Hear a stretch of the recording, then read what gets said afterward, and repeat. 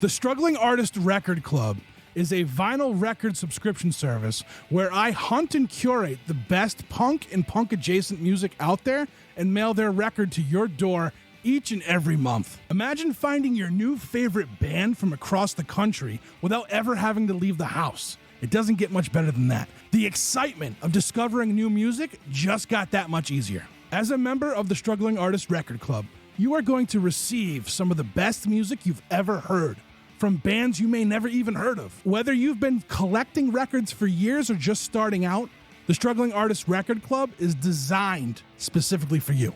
And right now, all new members get a Struggling Artist Record Club exclusive along with the monthly selection. So head to StrugglingArtistRecordClub.com, pick a membership, and start building that collection today.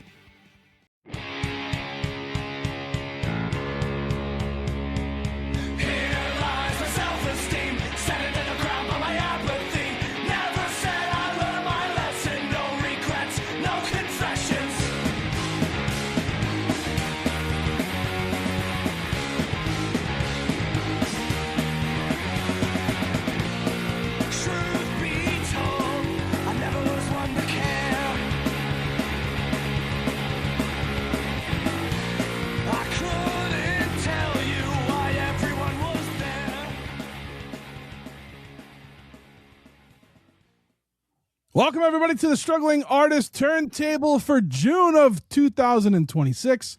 I am one of the hosts, Trev Allen. With me, as always, Jeff Bousquet.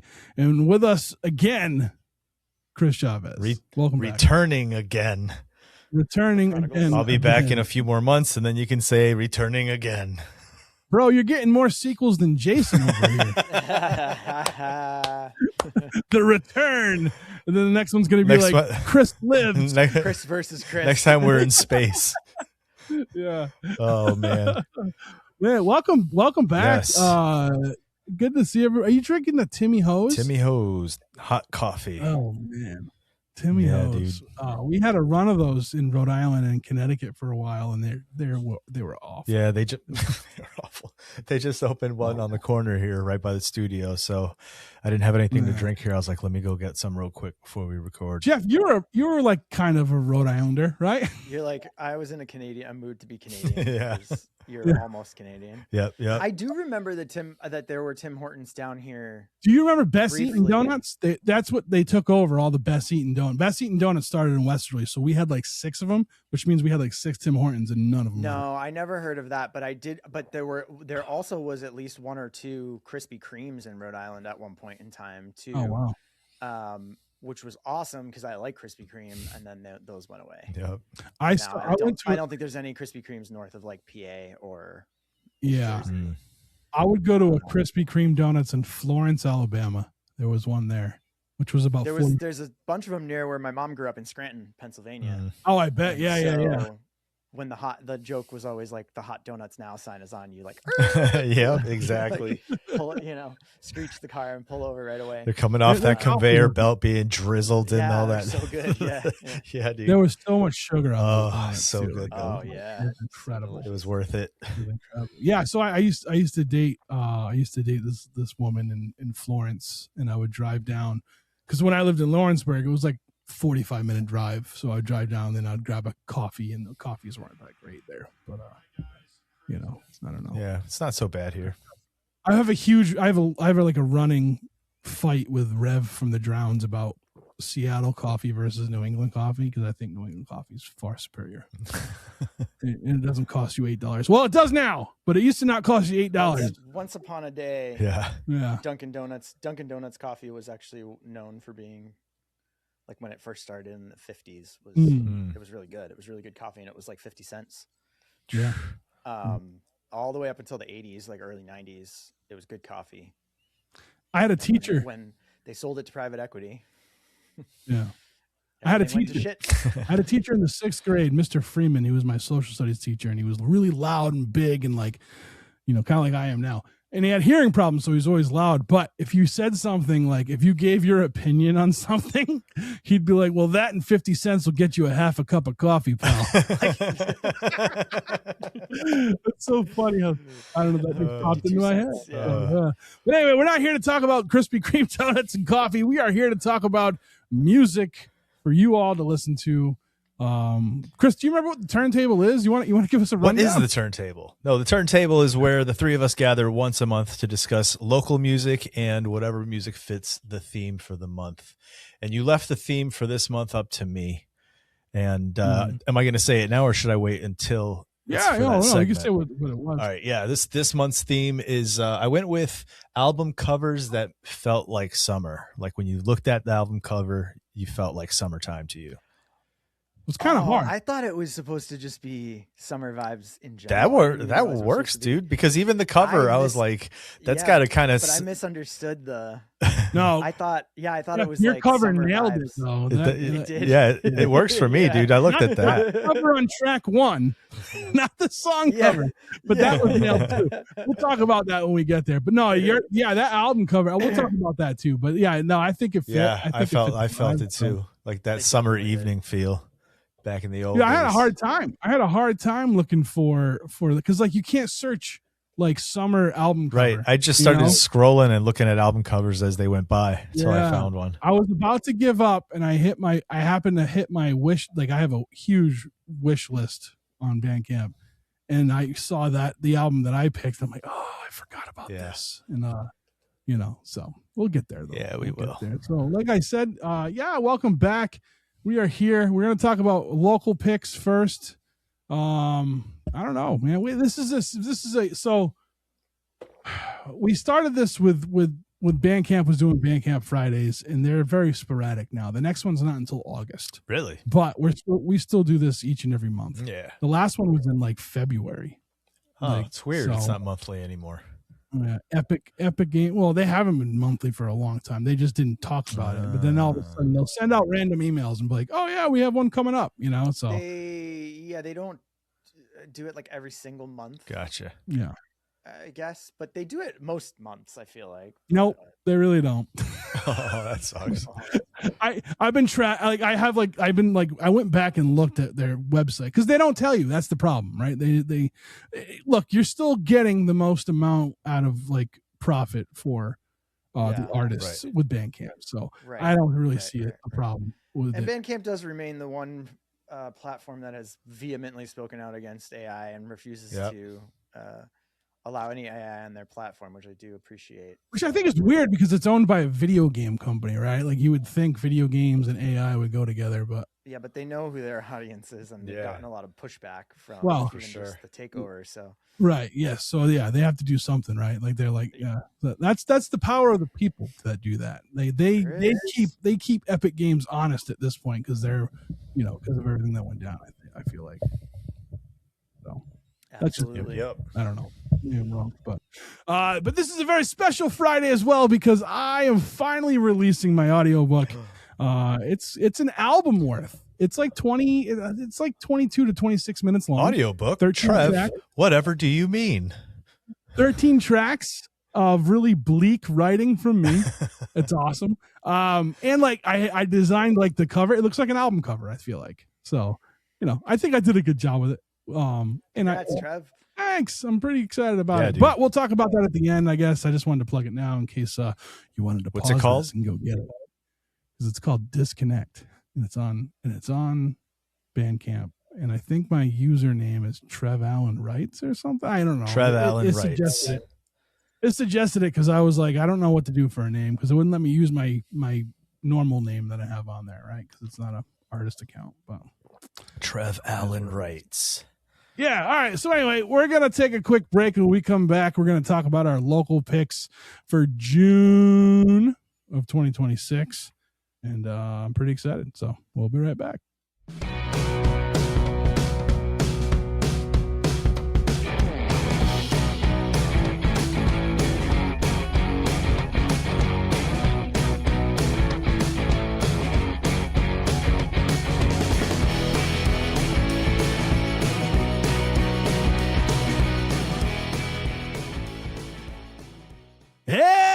are back with our local picks for June of 2026.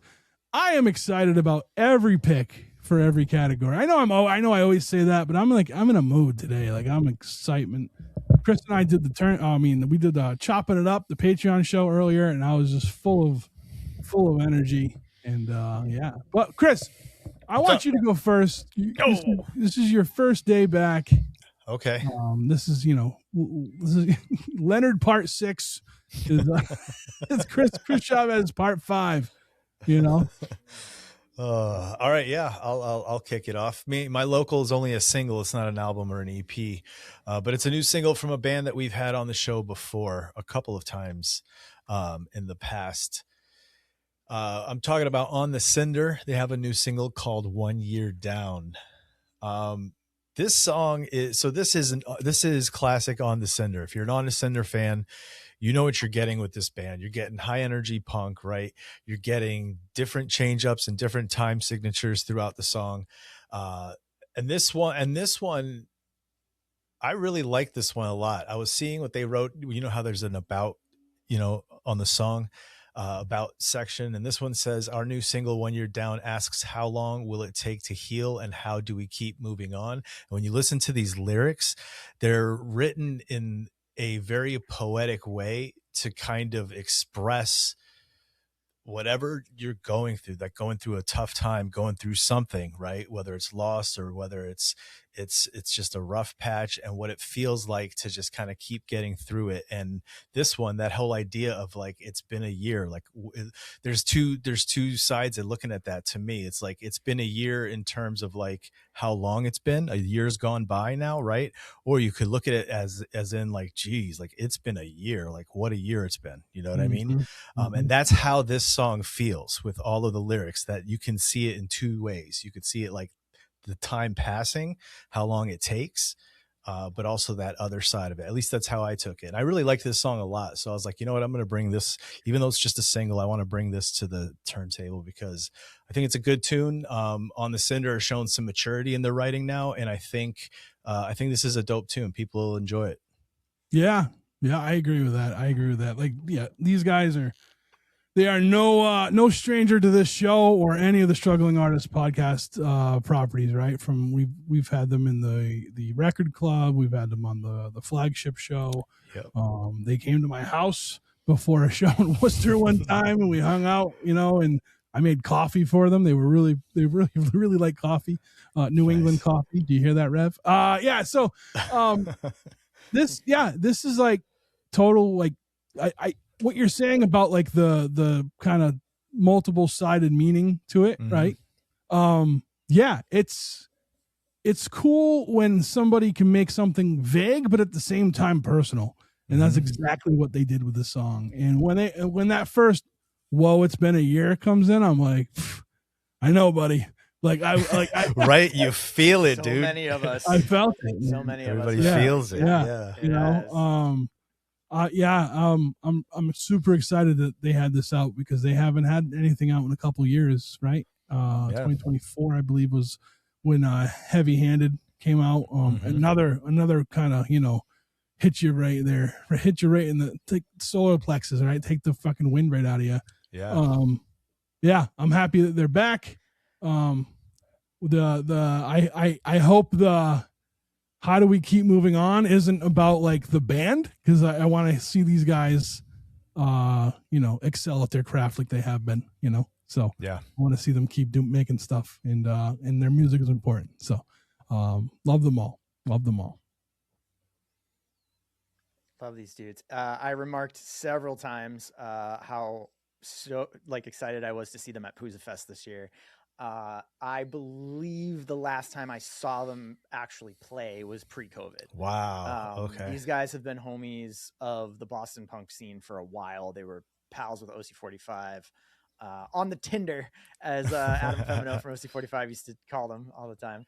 But they played shows with OC45 a bunch back in the day, and with Jukebox Romantics and like all in that family. Dude, I went to one of their I've shows here wearing a KCUF shirt, and yeah. Mike looked at it and he goes, "What the hell?" And he pointed at the shirt. He's like, "Look what he's wearing." You know what I mean? Because he knew KCUF. Yeah. Yeah. Oh yeah, they know Ken really well. I Yeah. believe they've stayed at Ken's house and like they've played with KCUF. But the last like several times, including those times that they played with KCUF, I wasn't able to make it to the show. And so the last time I actually got to see them play was pre-COVID, which is wild to think about. So I was so stoked to see them again. I've seen them maybe once or twice, like in that they were in town like briefly or something, but I didn't actually get to watch them play since pre-COVID. So I was really, really, really stoked, and they played an excellent set. I think I agree with you on what you said about the maturity in their writing. When I first saw this single, I was curious maybe if it was about like sobriety or like somebody like 1 year down of, you know, it sounds like it could be like about like being sober, or is it 1 year in a new phase in life or like in a new chapter in life or whatever. And you're right. It's kind of, there's a lot of different ways you can interpret this and relate to this song. You know, it's kind of about healing. It's about moving past trauma, and it's introspective in that way. And so I think I agree with you in the kind of maturity in their writing, and they're a great group of dudes who are just still crushing it. So yeah, stoked that this is out. Also, if you're into Pokemon, talk to Mike. He's killing it in the Pokemon game. It seems like he's going to like shows and he's like selling stuff, and yeah.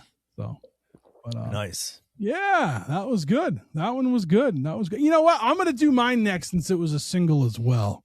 And also no stranger to the show in any of the formats of what the struggling artist umbrella encompasses. We finally got a new one from Scotty Saints and the True Believers. And it's called Us and We. Now, the thing about this band, about this song, this is, so when did Zeros and Ones come out? Was it 2024? 2025 May of, okay, so a year. It's been a year since we had gotten something from Scotty and company. One of the big things that I've noticed is now the band went from a 3-piece to a 4-piece with 2 new members. I love it. I think it's a much fuller sound. I think as a whole the band is doing a lot of like self-promoting and like kind of like poking fun at themselves for the, you know, because they're older, and they still love that skate punk style. I really enjoyed this one. I feel like the ones, so Zeros and Ones is a great album, but I feel like this song had more of like, what was hold on, I'm just trying to bring up his Bandcamp. This one had more of like the older Scotty stuff vibe, if that makes sense. I want to let me open up. Here we go. This had more of like Better Days vibe to it. You know, and that was a great, I mean, I like everything Scotty puts out, but I think, I don't know, this was like the throwback to kind of the older style with a fuller band. It sounds awesome.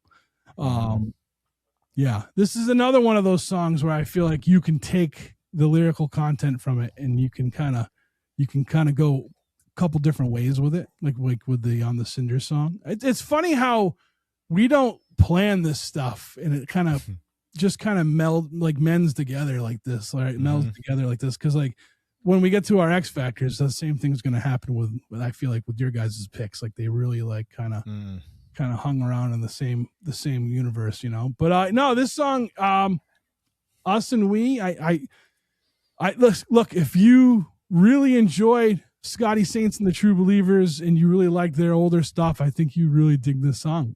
Like I said, this kind of went back to a little, I think it's a little more of a, I don't know if it's more of an aggressive style, more of a, like it's just, there's a little difference between this and the last album. And I'm not saying one way is better than the other. But like I said, from being like, when I met Scotty, it was like Better Days time. And it was cool to hear that again, especially with a 4-piece. Yeah. So. I'd say like when you want to go back to the golden era of Warped Tour, right? Like literally when Fat Wreck was like ruling skate parks, right? That would sound, that kind of old school melodic skate punk. That's what Scotty brings. And you're right. Like that early album had that feel, you know what I mean? And so there is this kind of, it's a weird way of saying maturing, right? But it is when they filled out with that fourth, and I'm saying it coming off of the On to Cinder thing, but it's in my head. It's like this more fuller, mature sound coming out of it. Sound, not maturing in terms of like, these are older guys doing it now. You know what I mean? I'm saying like, it just feels, like you said, fuller. And it just gives me that feel of that old school, like go to the skate park.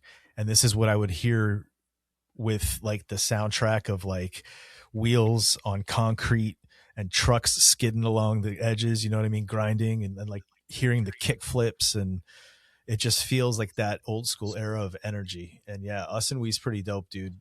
I'm glad you brought it. I thought I saw you said something about having a new track, but I didn't see it. So yeah, nice. It's not going to be. It's only on Bandcamp, I think, for like a couple months, and then he said he was going to put it on the other streams. Nice. Yeah, I got to reach out. I haven't talked to Scotty in a while, to be honest with you, and like it's great, dude. I miss the hell out of him. They've been playing like, I mean, they were, even when they were still the 3-piece, they were playing. They've been playing a lot of shows. They were coming down here to playing a lot. I hate when I hate when I can't align my schedule with bands that are coming, you know what I mean? Like, so, yeah. But I got to reach out to him because I want to tell him how much I like the song. Yeah, it's good. It's great. Yeah. It'll be good to hear from him. Maybe we'll get them on the podcast, and talk about the 4-piece dynamic. I'm having some technical difficulties with my light here.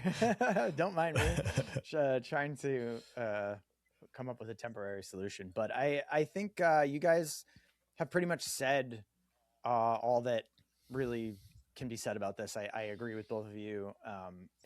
I know for you, Trev, like Scotty's been a staple on the show. You've had his record in their records in the record club. You've had them on the show several times and stuff like that. So I know they're a favorite of yours, and they do what they do incredibly well. It's just it's perfectly polished, like New England skate punk. And I like it a lot. So it was super fun. It's a fun track.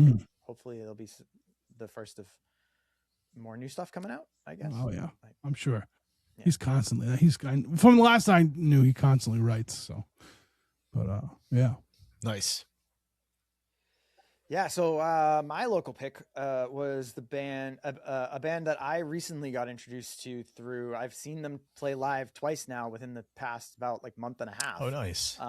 Twice in a row. Yeah, I saw them once at Deep Cuts with Little Low, and I saw them again just the other week or a week or two ago at Thirsty First. Actually, I think it was right before I left for Pooza. And that is the band Hedge, which I believe is named after the primary songwriter and lead singer Chris Hedge. I think that's his name. I haven't met them personally, but I saw them play twice and they played really good set. It's kind of, I guess you'd call it like garage punk or indie punk, I would say. Kind of blends that kind of like indie rock, kind of fuzzy indie rock and punk together. And this is it's called Freeze Frame High Five.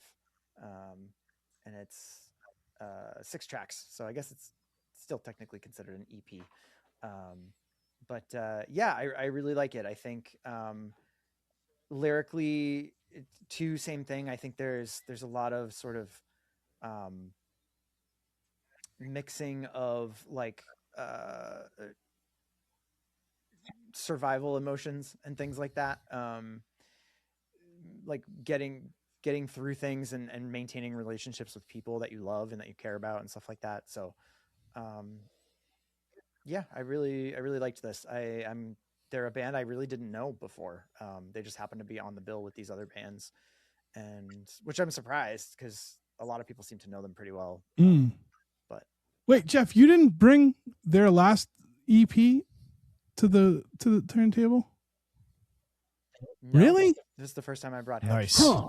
I thought we had them on here before, and I don't remember if it was. I don't think I was the one that brought them. That's weird. I don't think we've had Hedge. Maybe on. we Yeah, I don't haven't. remember. Maybe we haven't talked about them. No. That's weird because like they have an EP called I'm sorry, a full length called Better Days, and that's like I remember listening to it, and I was like, I thought we did this. So, well, that's interesting. Well, I'm gonna start by saying this. Like, I get a real big pop punk vibe from them. In like in the vein of like a Blink 182. And now here's the thing. They do this better than Blink 182. And let me tell you why. I do not like Blink 182. I thought they were hokey when I was a younger buck, and they were making their way. And I still think they're just, I find them kind of cringy. But, and because of that, I never gave pop punk a chance until I was much older, and I didn't realize like how like Give pop punk a how chance. like how like politically That's a t-shirt. how politically driven some of these pop punk bands were, and I was like, holy shit. So when I say that these guys are Blink 182 but better, I mean that in the best way possible. Like they just have like that punk that pop punk sound that, like I said, for a long time, if I heard it, if I started here, I'm like, no, I'm not listening to this. And I'd like walk away. Like I think I might have, well, maybe not as much as third wave ska, but it was up there. It was up there for me, but this is not that. This is something good. I remember loving Better. They're in my, I don't know if they're still on my wish list. I don't know if I ever bought the album or not. I got to check into that, but it was good to hear from them with Freeze Frame High Five. I enjoyed it. I thought it was good. I was listening to it, and I actually stopped, went back and listened to the other one because I was like, did they sound like this poppy before? It's about the same. I think they do it they do it better now. Well, they do it better now, but I think the other album was a little bit different than this one. Maybe it was just like a little bit more aggressive in the other one and not as aggressive in this one. But what I do like, it's softer, I feel like, though, than like Blink 182. It's like more, it's more indie rock. Yeah. They add that extra. It's a fuzzier garage rock. Right. Rock. They're adding another element to it that makes me makes me again say that, like, because I don't like Blink 182, but these guys are good. So. And from Worcester, they're right around the corner. I knew that this album had come out and I didn't check it out. And then when you put it in the chat, in our text thread, I was like, oh shit. Yes. I forgot about Hedge's new album. So, I mean, they kind of say it on here, right? Like if, let's see, it says, DIY pop punk like Husker Du, Superchunk, Lemonheads, Weston, or maybe just Green Day and Blink 182. So yeah, they encompass all of that, I think. And but I like their content a lot better than the stereotypical pop punk fucking commercial stuff. So so keep doing what you're doing, Hedge. Let's and you guys, if you're into it looks like they have, is this a they might have test pressings for sale on their Bandcamp. So if you're into test pressings, you might want to grab one of those. Hell yeah. Nice. Well, what can I say that wasn't already said, right? Like for me, my first instinct was Blink 182. It brought me that. And here's the thing. I don't share the same absolute hatred of Blink 182 pop punk as Trev feels, right? Like I, at the time, enjoyed it for what it was. It was just asinine, stupid kid punk, right? And it was catchy and melodic. And that's what I did like about it, was the melodic side of it, the punk side of it. I like Travis Barker's drumming. So when I hear this, I hear that influence on this band, right? But I also do hear that Lemonheads influence. Yeah. And it gives it that difference, right? But it's still got that fun punk, like this is summertime, drive to the skate park and, pop a few wheelies and kick flips and like have a good time. That's what this feels like. It just has that sound that feels good. I enjoyed it. I want to bring attention to the artwork, dude. Like, I am loving. It looks like it's the art of Tom Lowell. Love it. Love this album artwork, dude. Love this cartoon style. This kind of really freakish. Yeah. You know what I mean? They literally listening to Dinosaur Jr. albums, the Lemonheads. What else is on here? And they do it on all of the releases they have. It's kind of got that retro Yeah. Nickelodeon, like Ren and Stimpy. Yeah. It is very Ren and influence. Yeah. Yeah, dude. It's kind of horrific, but not really. It's weird. It's not quite Garbage Pail Kids. It's I think super like acid trip, dude. Yeah. I think Ren and Stimpy is a good way to describe it. Yeah. But yeah, it's fun. Ren and Stimpy, or like, what's the other one of the same era that I'm thinking of? Yeah, it reminds me of. Yeah, I don't remember. It's fun. It's fun. And it's a thing, right? Like from their logo to the other albums that they have. Yeah, I dig it. It's great artwork. Right on. Tom Lowell. So yeah, six song. Dog. Yeah, Cat Dog. Cat Dogs. 6-track EP, dude, killer. I enjoyed this a lot. This was a lot of fun. Hell yeah. Cat Dog or Rocco's Modern Life. That's the other one. Rocco. Yes, I could see the Rocco's Modern Life. Yeah. Ren and Stimpy, Cat Dog was all of that same kind of era. Yeah. That same like bizarre, like surrealist. Yeah. Dude, I was a fan of Rocco. That's awesome. Yeah. All right. Well, listen, we're going to take a quick break. When we come back, we're going to talk about our X Factor, which is album covers that give off the summer vibe. Did I say that right? That works. All right, cool. All right. Oh man, I haven't done my what's gonna be my funny exit here. Oh man, I don't know. When we come back, break out your swimsuits. We're kicking up. When we come back, it's summertime vibes. All right, we'll see you in a minute.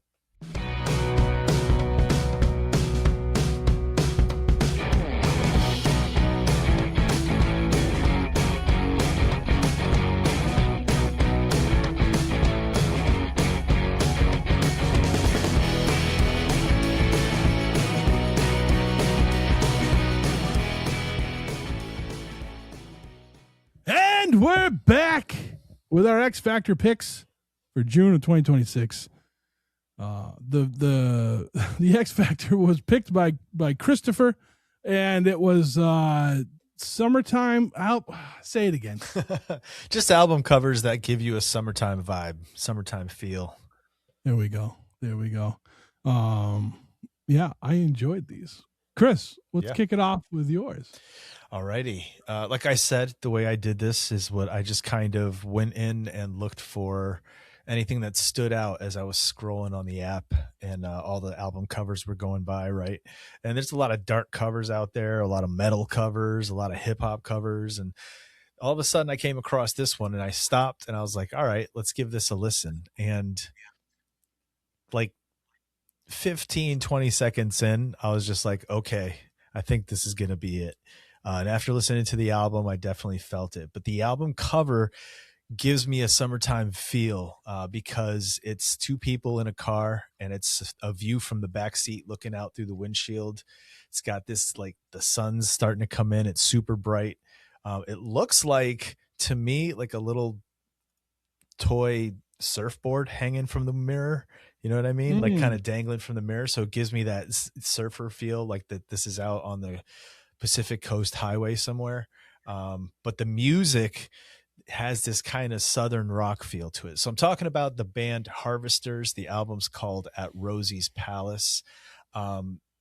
This is like 10 songs of bluesy 70s style, like roadhouse rock. You know what I mean? Like it's there's groove to it. It's just got this kind of classic rock feel to it. It's music that I would put into, you put it in the car, you turn it up, and you just go driving on a summer afternoon, right? And you head towards the coast, like anywhere that's on the coast, because you want to have water open water to the side of you when you're listening to this album. It just feels so good. And I was just like, man, this just fits. It fits the feel, it fits the vibe. And this is it. Here's the thing about this band. This band is not from America. This band is from Belgium. This band is from Ghent, Belgium. Okay. And they sound like they're coming out of like they're next door in the studio while the Eagles are recording Hotel California. You know what I mean? Or like the Allman Brothers are passing through, so these guys are opening for them. Yeah, man. Belgium. I just discovered that like right before we started, and I said, "What?" Yeah, and then I couldn't reveal it. I was like, "No, I can't say it yet. I can't say it." That blew me away. Yeah. The whole album did. The album cover, spot on, Chris. When you sent yours first, I'm like, "Oh, I get it now." You know what I mean? And I blew up the picture. It is a surfboard. Nice. I don't know if there's a lot of surfing in Belgium. I don't think the picture is taken in Belgium. It's a great picture. It is a fantastic photograph. You like coming from the photographer. Hell yeah. It says right here, Harvesters are a roots influenced rock combo. Hell yeah. 100%. This album opens up, and not only did I get a summertime vibe, I was like, am I in a Tarantino film? Like it has like that, you know, that like guitar thing that Tarantino always has in his movies. Yeah, a lot of slide guitar. It was awesome. And then like my favorite song on here is the last track, Gone Cold. It is like a 2.5 minute intro. This is like Stairway to Heaven type intro. And then the first sentence that comes out is, I need a great big cup of coffee. And Trev loves a 5-minute song, ladies and gentlemen. Dude, I was sold. This was done well. I think the whole album, not just the cover, the whole vibe of the album is a good groove. Like kind of, I can just hang out either on a patio or at a beach. You know what I mean? In a bungalow, and just fucking hang out with a group of people and have fun. That's what this whole album felt like to me. Awesome. And the fact they're from Belgium just makes it like, it blew me away. I love it. Well, I think this takes the cake for even when I didn't realize about the cover, that you were talking about the cover specifically, because listening to this musically, even without really paying attention to the cover, I was like, oh yeah, absolutely. It's summer vibes for sure. It's down home, rambling, American, like big 70s American rock and roll, like muscle car, like imagery for me, and just like that cinematic feel, like you said, like a movie where you're driving along the coast, or like a Tarantino film where they're out in the desert or whatever. And then when you see that they're from Belgium, it makes me want to bring on Frankie and the Deadbeats, which is a band. I think I've talked about them a few times on the show, but they're a band from Czech that like, it does the like the alt country, Americana country thing totally. And I've met Frankie. He's a good friend of Matt Charette's when he was touring the US. He's a nice guy. And the whole band does the like Stetson hats, the bolo ties, the, like Western print shirts, the pants, the boots, everything. And they're all Czech. And it's so funny to me, like that they just like love that style so much. But there's something similar going on here, I guess. They just love the sound, and they nail it. They nail the sound perfectly. And I loved it. It's just it's big movie soundtrack vibes on this one for me. Yeah, nice. Big, just like cinematic feel. Like I could just picture, driving scenes and classic muscle cars and shit. This came out in 2023.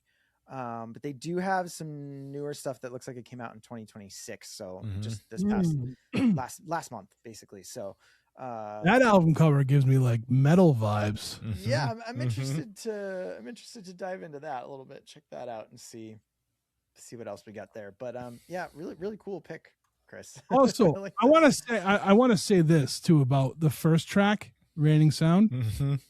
Not only did it kick off like a Tarantino film, they pay homage to Tom Petty in this. Did you guys catch on to that? Yeah. With the oh my oh hell yes. Yes. And it's fantastic. Yeah. Fantastic. Do I look good? He changed it to "Do I look good in this party dress?" Yeah. I liked that. Because I was listening. I'm like, man, I've heard this before. Couldn't quite figure it out, but we got there. So, big fan of this one. Good job, Chris. Nice. Good vibe. Good work. Yeah. Well, I'm gonna do mine. Let's do mine. Yep. I had a hard time finding an album because, like I said, you can't just search covers unless you're just going through things. And then I happened to hit up my wish list, and here it was. Lambrini Girls, Who Let the Dogs Out is the name of the album. The cover, I mean, it's like it looks like a high school party. You know, you got a pool, you got shit in the pool, you got a television on fire, people are fighting and making out, and there's confetti. We didn't have this photo. We didn't have a lot of confetti. Yeah, we didn't have a lot of confetti at our high school parties, but there's some here. Lambrini Girls, their tagline says "Party music for gay angry sluts." Is the one over there behind the couch to the right licking their arm? Maybe. It looks like they're just licking their arm. I can't tell, but I'm anxious to see what your first impression of this was, Trev, because I had a very specific one too when I first, and I love that tagline. Yeah. So my introduction to this band was, I believe it's the singer, is on the second Dead Pioneers album, and her lyrics are vicious as fuck, just like in this album. Yeah. Angry, and so that's how you found this? That's how I found them. Yeah. It was through that. And I said, let me check out this band. And this thing's been in my wish list forever. I forgot all about it because my wish list gets too big. I wish too much. You know, I wish upon a star, as Jiminy Cricket would say. But I'm happy that it was in there because I got to find it to bring it to this. This is like angry protests, feminists, like this is like the just good stuff. It's like power pop, hardcore, woman fronted hardcore. Like it's just incredible. And again, like the tone in which the lead singer sings in expresses the frustration and anger they feel, and it just like vibrates through your body as you listen to this. Big fan of it. I mean, the songs are crazy. Like the titles of these songs, like you have Big Dick Energy, you have No Homo, and again, this is like from like a female, like queer band. Very definitely. Cuntology, the last Cuntology 101. Yeah, and like just really good stuff. When I first heard her on the Dead Pioneers album, like it fit so well. I'm like, I need to go check out this band right now, and I did. And that's how this thing got to where it is. So I wish that they had. Well, they might have. Okay, so they might have their this record might be in the U.S. Yep, it ships in the U.S. So I'm gonna have to pick this up. I'm gonna have to pick this one on a up. cool blue vinyl too. Oh, that one's sold out. I'm gonna have to get the pressed on black. Yeah. I didn't know they were on an American label, which is funny because Dead Pioneers is on they're on a label in the UK. So whenever I buy one of their records, I'm paying extra for the shipping and stuff, but without problem because I love them too, right? Yeah. So this totally fits my whole last probably 10 to 12 months of my life with angry, frustration, and you know, I think Ryan from the Record Club recap, I think he's like getting tired of me sending hardcore every month. I think he mentioned something about that, so I'm gonna have to dial it back a little bit, I guess. But we'll see. You have to find some folk punk now. I'm gonna have to mellow it out for him. Yeah. So But yeah, that's I don't know. I can't wait to hear what you guys think of this one. Dude, Lambrini Girls, the album cover fits. You did it right. You picked the like this totally fits the summer vibe, sitting by the poolside, a party that's gone mad crazy. It's nighttime now. There's the television on fire. Like it's crazy. Listening to it, I was in, dude. Like that first track is just like a punch in the face. Like that power noise punk, that hard, just oh, it's so good. And like what you were saying about the lyrics in this, it's super political, super, so socially conscious, but delivered in such an old school way with like this kind of Iggy Pop attitude delivery, like this kind, it's like, and maybe even like a little bit of Henry Rollins force, right? Like, good call, dude. I love it. Like I loved this. Like I love that super heavy noise punk. Locally I've brought Science Man to the show. It's just got this is like the alternate version of that. It's just so in your face. It's so high driving, just, oh, I loved it beginning to end. Absolutely loved it. And it's one of these things where you can hear the words, you can hear the lyrics. So as the music's like speeding you along and pounding you in the brain, it's like you're focusing on what's being said, and the witty way and the way things are being said to kind of call out situations or call out, something that people should be paying attention to maybe in what's happening right now. It's just killer, dude. It's a killer album. And I am very happy to see that vinyl is available. So I'll be picking up a copy myself. But yeah, I loved this, dude. So I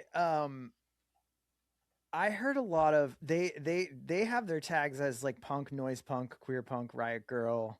But I also, to me, the first thing that stood out about this to me was like I heard a lot of kind of like industrial, like kind of like Europop, Europop type, type energy. Especially in that opening song. And the vocalist of this band, the first thing that it reminded me of was the band Amyl and the Sniffers, which is an Australian band that's been quite popular for a while. In the sort of queer industrial punk, pop punk. They've made it to the late night shows and they're on the radio and stuff like that a little bit. So, and sure enough, Bandcamp does, if you scroll down to the bottom, like some of the first, like, if you like this, you might. Oh yeah, there it is. Wet Leg. Has Amyl and the Sniffers down there. I think for me, definitely I can say that what I like the most about this record is the lyrics and the lyrical humor. I think the humor and the tongue-in-cheekness in which they're talking about like they're being protest punk. Like it's protest punk, but there's like a crassness to it that's being done on purpose, right? Like there's a tongue-in-cheekness when you write a song called Cuntology 101. And I love that about it. Filthy rich Nepo baby. Nothing tastes as good as it feels. Like it's great. I absolutely love the lyrics. I think overall, musically wise, like it's not my favorite sound. So it wasn't my favorite from this month's picks, but it is I absolutely I love the lyrics and I love the cover. I love the cover art. I have an admiration for photos that are created this way, and I always really wanted to make some photos this way. Like, I think kind of embodies a lot of the energy of the record. But yeah, no, I mean overall, like I think it's a really well made record, and I thought it was a really unique pick. It I feel like it kind of came out of nowhere for you, Trev. I was like very pleasantly, like I was like, oh, neat. Really? Yeah. I don't know. I dig it. I dig it. I'm a fan of it. And like, and again, like my introduction to them was because one of them was featured on a track of another band that is in the same kind of vein, right? Like Dead Pioneers, that spoken hardcore stuff that they do is very much like in the same vein of like how the writing style lyrically is with this band. So I actually think I actually think she's on another track of theirs of a later single too. But I just want to read this from their Bandcamp. It says, "Imagine your nan is in the boot of your car with a croissant in her mouth and hears Bikini Kill for the first time. That could be you. It will never be us, as we are not Bikini Kill and we are not your nan. We are Lambrini girls. Bon appetit." Like, what? Yeah. I don't know. Sometimes, like the most like the thing about it in like, you know, like the term big dick energy, right? Like that's been a term that's been around for a long time. And like, I feel like they take that term and they just made it theirs. Like whenever I hear that word, that phrase, I'm going to think of the song. You know what I mean? That's how you turn this shit on these motherfuckers. You know what I mean? Like you do shit like that, you know? Yeah. Total awesome band. Total awesome. I know one of them had like a broken, they had to drop a tour. They had like one of them had a broken neck and they had to drop from tour. Oh, damn. Yeah. I don't know if they're back on tour now or what the deal is, but I hope whoever it is, I hope they're recovered, and things are going all right. So, oh man, they're going to play. What's today's date? June 11th. They're scheduled to be at Manchester Farm in Tennessee. Is that Tennessee? I don't. Manchester Farm sounds like it would be in England, but that's what I thought. No, yeah, it's Bonnaroo. Holy shit. Okay. Oh, they're playing at Bonnaroo. They're Okay. playing at Bonnaroo. Oh, okay. All right, that makes a lot of sense. Man, yeah, this band's good. I guess they're popular. I'm not surprised. I'm not surprised that they are popular. I mean, I think their sound, like I said, Ammo and the Sniffers came to mind right away. I do love that there's a comment on their Bandcamp that just says, "I am autistic. Favorite track, special different." Like, you know, I think they probably appeal to, you know, a queer, neurodivergent, non-binary feminist audience, and I think that's pretty fucking rad. I mean, I think having recently launched into starting a podcast about queer punk rock, I think it's a really cool example of a band that's doing it. Hell yeah, for sure. It's awesome. So, all right, well, Jeff, let's do Wrap yours. up with mine. I brought the best for last. The band who calls themselves Milwaukee's original Rust Belt rock and roll superstar famous band, Lady Bird. I actually saw these guys just on a show flyer with the Slow Death, who we have talked about on the show. And I like saw a picture of the band members and was like, I don't know. I feel like this might fit our I'm going to give this a listen for our category this month. And sure enough, as soon as I played like the first couple tracks, I was like, yeah, this big time summer vibes for sure. Lady Bird is kind of an alt country, indie country, like real country. No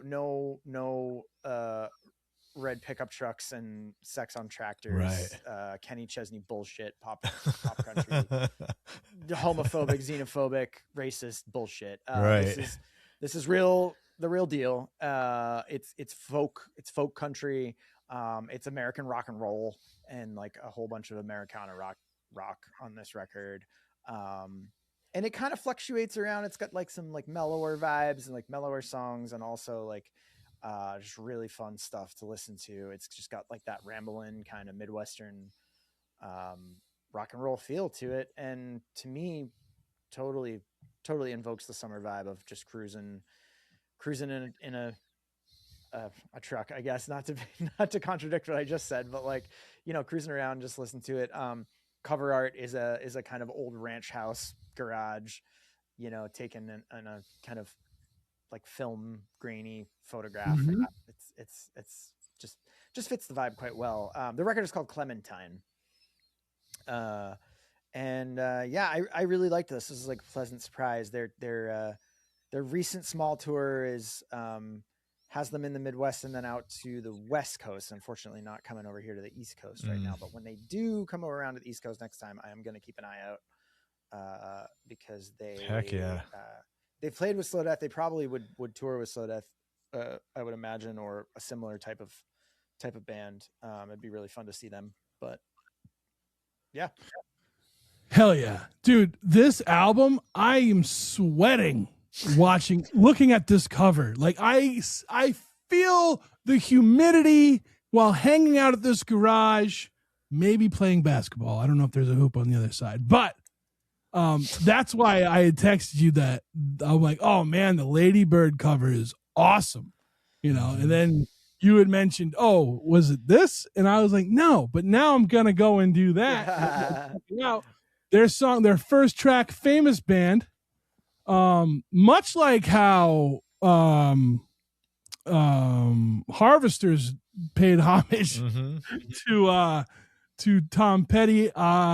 These guys kind of poke fun at Chad Kroeger. Yeah. Nickelback. Now, anybody who follows me on social media, not the podcast, I guess my personal account is like the Record Club account, but you will always see in my story like reels that have Nickelback or Creed songs involved because I just think it's hilarious. This was awesome. This was a great album. This was my favorite pick of the month. I'm going to say it now. These guys this is exactly what I think Midwest like alt country would be. And then you go and like you're listening to this and you hear this like southern rock to it. And then you look at their photo and you're like, this is like an alt universe Leonard Skinner. Like you're looking at them and like you hear the music and it just makes you want to sing along and dance. These guys are awesome. I hope they come to New England. I wonder if Matt Charette knows them. I feel like Matt Charette, I feel like he would, right? Like he kind of. We're really stereotyping now. We're like, yeah, oh, we are. Matt Charette definitely knows them. That's all right. If you take a look at their cover picture of the band, I do think it's funny. Like they look exactly like they sound. So hell yeah, hell yeah. And I bet you this place Clementine's is real, and I bet you it's a fucking good fucking time. It probably is. Yeah. Yeah. It's definitely real. It's probably a good fucking time. Yes. Yeah, for sure. Yeah. I mean, awesome pick. I can't say enough. I really like. I don't know what color this vinyl is. It's like a. I don't know how to just like a vanilla orange color. Like it's fucking cool. It's like a cream. It's like a creamsicle color. Creamsicle, yeah. The inside of a creamsicle, yeah. I'm gonna have to pick that up, I think, because it's really awesome. But yeah, no, I was a big fan of this. I found myself tapping along to every song. Yeah, I was into it. I was definitely into it. Good find. Dude, when you sent it, the first thing I look at is the cover because that was our theme, right? And I felt it though. You said you didn't, obviously didn't pick it that way, but I felt it when I looked at it because this reminded me of when I lived in Florida, and this is like the end of a summer day. This is right before dusk, right? So it's still bright enough to feel like way late afternoon kind of feel. But that kind of darkening in the sky was how the clouds would always look with that afternoon storm about to roll in. Yeah, that 3 p.m. Florida. Yeah, dude. And like Trev, you're talking about feeling the humidity. Totally feel like I'm just standing in that driveway, that concrete driveway. You're feeling the humidity, right? You got sweat popping up on you, dude. And like all those cracks in the driveways, like got all the weeds growing through it, dude. Like this is legit what it was like growing up. And so this gave me that late summertime feel, and I loved it. Listening to it, oh, it's like honey to your ears. It's so beautiful. It is perfect. That country Americana sound, the slide, that lap steel guitar sound. You hear the Rhodes, playing. It's just so good. It just sounds so good. I loved it, dude.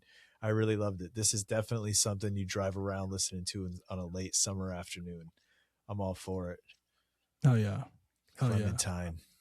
I was a fan, man. I'm definitely picking this up on vinyl as well. This is going to sound so good on vinyl, dude. I hope we both can get that creamsicle color. There's only one left. I'm buying it right now. There's only one left? No, I'm just kidding. Oh. You kidding me? I was like, it's sold out. Cream is sold out. I was about to call your phone. Just so you know, cream is sold out. Just the black is available. All right, that's fine. It's still good. Yeah. It's still worth it. It's still Not worth surprised. it. No, not The that's cool a colors cool always sell out right away. Yeah. Hell yeah. You don't need splatter when you got creamsicle fucking Ladybird, you know? But yeah, a fan of this band now, dude. I'm following and making sure I stay on top of their other stuff. Me too. I think I'm doing that with a few of the bands from today that I didn't know prior. So I would say. Yeah, this was good, man. This was good. All right, well, let's take our last break, and we come back. We will close this bitch out.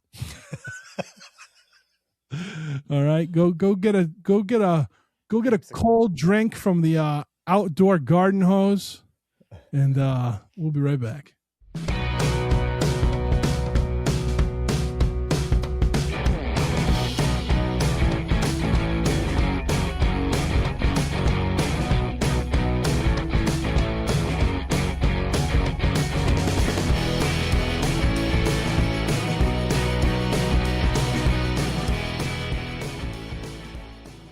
And we're back, and it's time to go.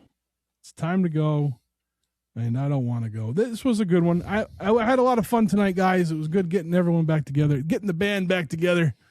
Speaking of, by the way, getting the band back together, Ocelot Records 10-year reunion is going to be June 13th, which will be a week from tomorrow when you're hearing this on this Friday.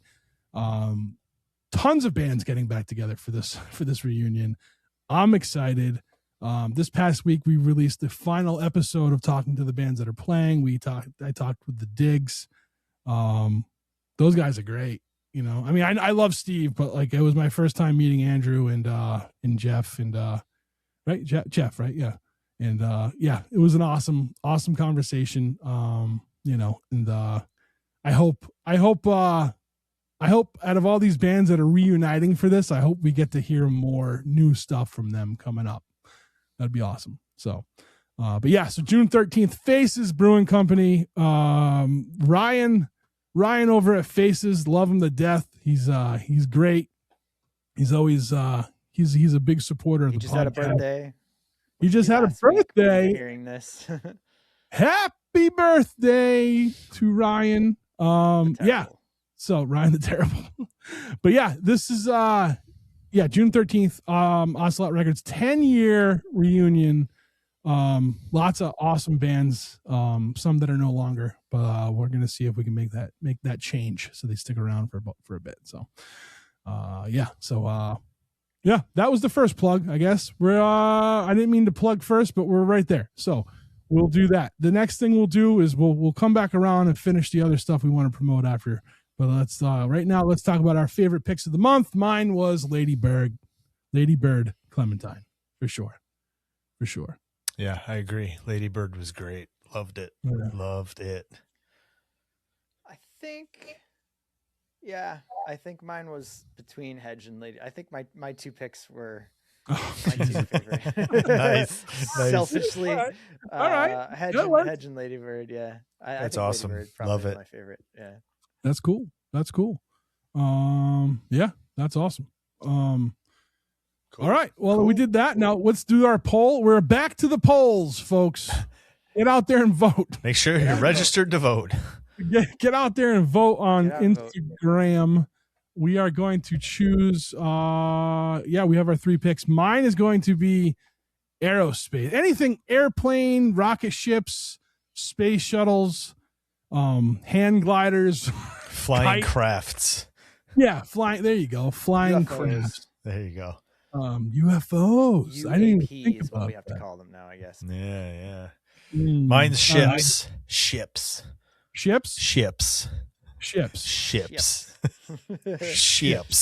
And mine is automobiles. Cars of any kind.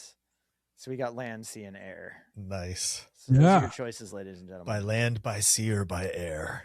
That's kind of patriotic, right? I don't know. There you go. Isn't the song say something about by land or sea? I don't know. Maybe not. We will be our July episode will air on July 3rd. Yeah, so a little patriotic. There you go. All right, I'll be sure to wear something clothes. That's a good idea. Let's be honest, folks. There's not a whole lot to be patriotic about at this point. No, not at all. Not at all. But it will air July 3rd. So those are your choices: land, sea, or air. Nice. There we go. Ooh, I like how you said that.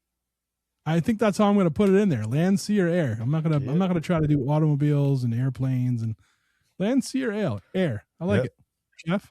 Good call, Jeff. Way to take the reins on that one. So, all right, what do we got to promote that's coming up? What's going on? Well, you already mentioned the Diggs show at Faces. I did. The Diggs reunion, AMR reunion show. Mm-hmm. Our pal Matt Charette of Matt's Barbershop and also Matt Charette and the Truer Sound has had a little bit of a rough go of it these past few months. His barbershop flooded a while back, and him and the team went through the whole process of renovating and rebuilding the shop from scratch within just about a month's time. And no sooner did that happen, but he and his girlfriend Isabella were in a motorcycle crash a few weeks back. They are okay. They're on the mend. They're recovering. There is a GoFundMe up for them, though. He's had a real rough go of it these past few months. So if you can help out and toss a few dollars their way, the GoFundMe is almost at its goal, but it's still up as of right now. So you can head on the link. We'll have the link in the show notes. And definitely, we'll definitely have the link. We'll put it up on the interwebs as well, the social medias. We'll put that up there. And I also want to say, like, neither one of these incidents were in his control at all, right? Like, someone hit him, and then the people, and it wasn't him that flooded his barbershop. It was the tenants, I guess, upstairs. So this sucks. It sucks when that shit happens. Yeah. But one of the, like, I think I said it back in the winter when this happened before, but like one of the positives you get out of stuff like this is just to see how much the community rallies around people. And that's awesome, you know. Chris, what do you got going on up in your world? Not much happening in my world. If you can't check out our Patreon here at the Struggling Artist Podcast, we have Chopping It Up and a bunch of other fun things on there and planned. Also, if you're a patron, you'll get access to Trev's upcoming release, Disconnect. Right? Yeah, you're gonna get early access to it if you're there, but it's gonna be so on Friday. Oh, today. Get on there. Get on there. You'll get access to it. Get it because it's today. But today of this, you know, when this airs. But So as I said in the beginning of the podcast, that I have a short collection of essays and thoughts that I put together, that I released from as an audiobook. I finished writing it in 2025. Wanted to do something with it. Wasn't sure what to do. And then it just kind of dawned on me, like, I have an audio platform, so why not start there and kind of work my way back to physical media from there. So for now, you can go to, Bandcamp and pick it up. It's available. It's called Disconnect, by Trev Allen. I think my name is Trev Allen Writes on there, like a writer writes. I appreciate anybody who checks it out. I was sick back in the beginning of the end of last year, beginning of this year, and the bills are still coming in for some reason, and I don't know why, but I'm going to be, putting this out there is going to help me kind of subsidize those bills. I appreciate it. I really do. So if you love hearing the sound of this voice and wanna get scared by going inside my mind, then I would pick up Disconnect, and you'll hear it in my own words. So yeah, it's scary doing that.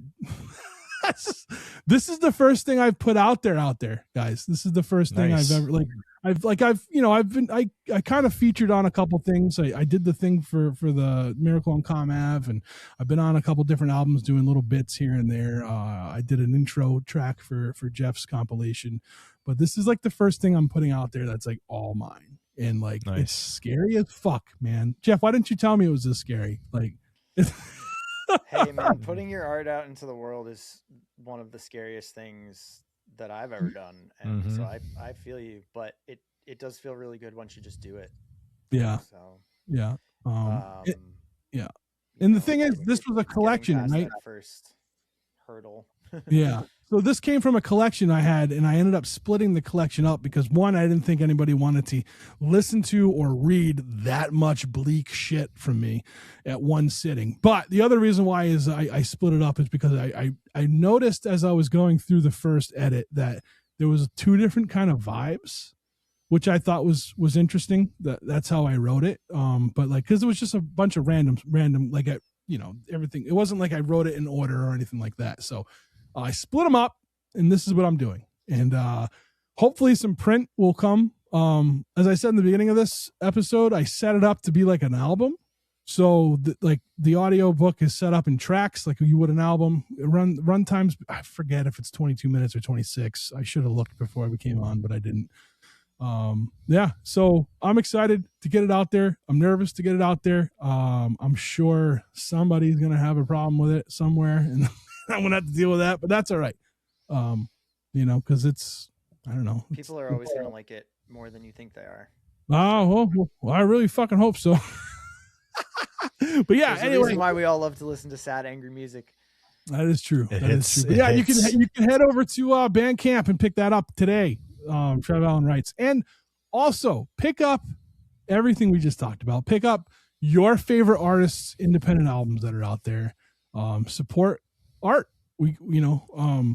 It's scary. Like there's a lot of scary shit in the world, but like they also attack art, and I think there's so much bad shit that kind of gets swept under the rug. But it's they fucking wrote books about this, right? Like they wrote like in history. In history, they've come for the arts. They've come for artists. They've come for people who speak against the what they think is deemed right, and you know what I mean. So, yeah, I don't know. We got to support each other, everybody. I guess Art is that's protest. It is. Yeah, Totally. Art is resistance. hell yeah. So I'm gonna get off my soapbox now. I'm tall enough without it. So, but yeah, no, I just True. it is true, and I don't know. Like I said, there's a lot of bad shit going on in the world. Maybe I shouldn't be talking about art, but like, I think it's important. I think we get a more realistic and honest history from art than we do from the news media. So, Agree. But anyway, thanks everybody for listening. Appreciate you all, and we'll see you in July. Bye, guys. See ya. See ya.